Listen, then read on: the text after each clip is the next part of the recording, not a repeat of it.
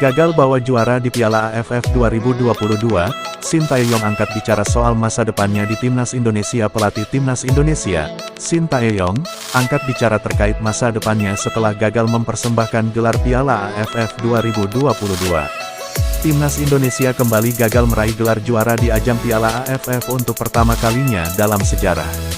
Alih-alih menjadi juara, prestasi Timnas Indonesia justru menurun dibandingkan dengan Piala AFF edisi sebelumnya.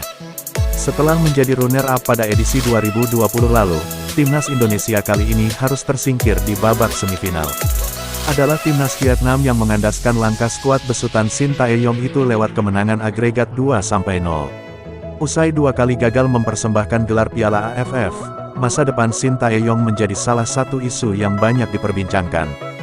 Terkait hal ini, Shin Tae-yong pun angkat bicara melalui sebuah blog di situs berita Korea Selatan, Naver. Shin Tae-yong menegaskan bahwa ia akan melanjutkan pekerjaannya sebagai pelatih Timnas Indonesia. Setelah liburan singkat di Korea Selatan, Shin Tae-yong akan kembali ke Indonesia pada tanggal 1 Februari mendatang. Ia akan mempersiapkan Timnas U20 Indonesia untuk berlaga di Piala Dunia U20 2023 yang digelar di tanah air. Setelah liburan singkat, mulai tanggal 1 Februari kami akan mulai mempersiapkan Piala Dunia U20 2023, tulis Shin Tae-yong. Indonesia adalah negara tuan rumah. Ini adalah turnamen di mana Marcelino Ferdinand, lahir tahun 2004, yang mencetak gol dengan mengenakan nomor punggung 6 di Piala AFF, akan berpartisipasi. Indonesia mempersiapkan dan memperhatikan kompetisi ini di tingkat nasional. Saya akan melakukan yang terbaik untuk memenuhi harapan tersebut, tambahnya.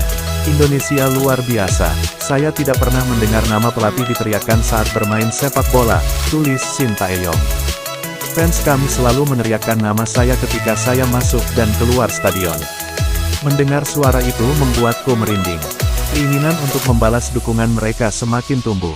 Tidak ada penggemar seperti ini dimanapun. Persatuan Sepak Bola Seluruh Indonesia (PSSI) juga mengirimkan kepercayaan yang tak tergoyahkan, lanjutnya. Meski begitu, Shin Tae-yong tetap menyampaikan permintaan maaf karena gagal membalas semua dukungan dengan gelar juara. Sehubungan dengan itu, saya minta maaf karena saya tidak dapat membawakan Anda Piala AFF kali ini. Para pemain melakukan yang terbaik, tetapi jika saya memimpin lebih baik, saya bisa membawa piala yang diinginkan fans ke Indonesia. Saya sangat ingin memenangkan kejuaraan demi mereka yang dikorbankan dalam insiden itu, tragedi Kanjuruhan, tetapi saya tidak bisa. Sekali lagi, saya menyampaikan belasungkawa kepada para korban dan keluarganya. Sakit kali ini, tapi Indonesia tetap tumbuh. Saya, serta para pemain kami, akan mengatasi rasa sakit dan kembali lebih kuat, tulisnya.